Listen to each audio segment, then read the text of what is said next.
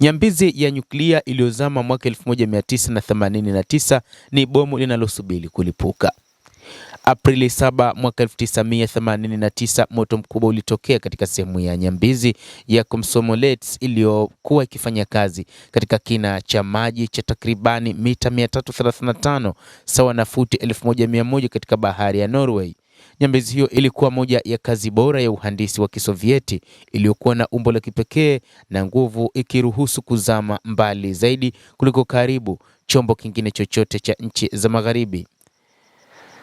Wafanyakazi walifanikiwa kuileta juu nyambizi hiyo na ilibaki ikielea kwa saa 5 huku mabaharia wakipambana na moto. Hata hivyo, uharibifu ulikuwa ni mkubwa sana. Nyambizi hiyo hatimaye ilizama hadi kina cha takribani mita 1700.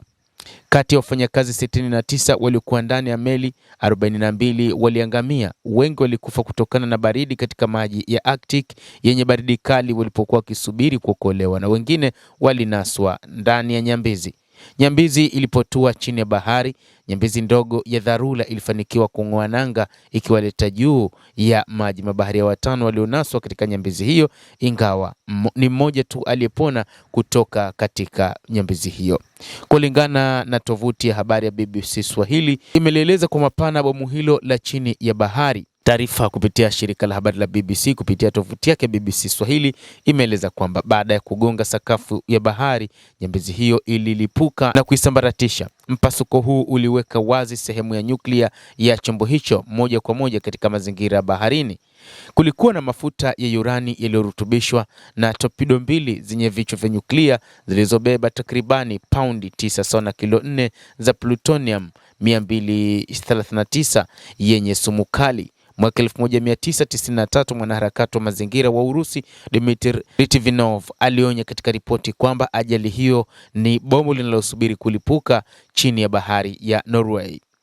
Wakati huo, wanasayansi walitabiri kwamba maji ya chumvi yataharibu kabisa maganda ya vichwa vya nyuklia ndani ya mwongo mmoja na kufanya sumu ya plutonium kuingia baharini.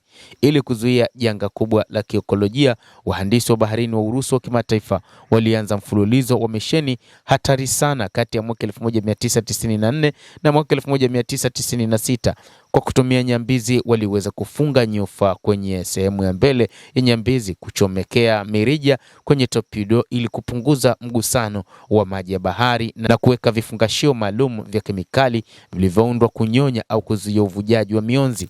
Hata hivyo, mkakati huu wa kuzuia nyuklia kuelea ulikuwa na kasoro zake. Vifungashio vilibuniwa kudumu kwa miaka 30 tu, na miaka hiyo tayari imetimia mnamo Julai mwaka huu 2026.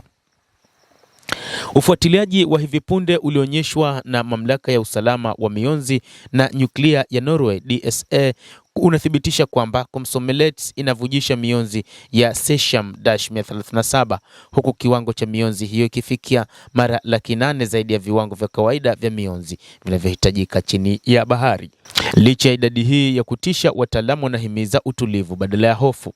Maafisa wanabainisha kuwa kina kikubwa cha mita 1700 na kiasi kikubwa cha maji ya Arctic hupunguza kiwango cha mionzi haraka na kufanya tishio kwa uvuvi na afya ya binadamu kuwa ndogo. Haribu mafuta nyuklia na vichwa vya nyuklia ni jambo lenye changamoto sana chini ya mikondo ya bahari ya kina kirefu na athari za kielektroniki ambazo wanasayansi bado wanajaribu kuzichorea ramani.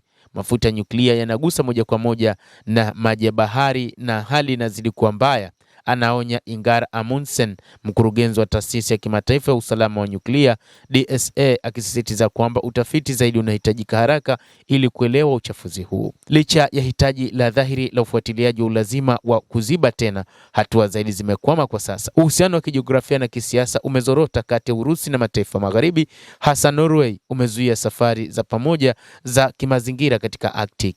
Kwa kuwa kifungashio cha awali cha miaka 30 kinaisha rasmi na kuna safari za pamoja, ukaguzi wa Komsomolets unasalia kuwa kumbukumbu ya vita baridi, ikisubiri suluhisho kabla ya kizuizi chake kuharibika kabisa. Endelea kutufuatilia mtazamaji, lakini nikusihi usisahau kulike, kucomment, kadhalika kusubscribe channel yetu hii ili upate habari hizi kwa mapana kupitia The World News.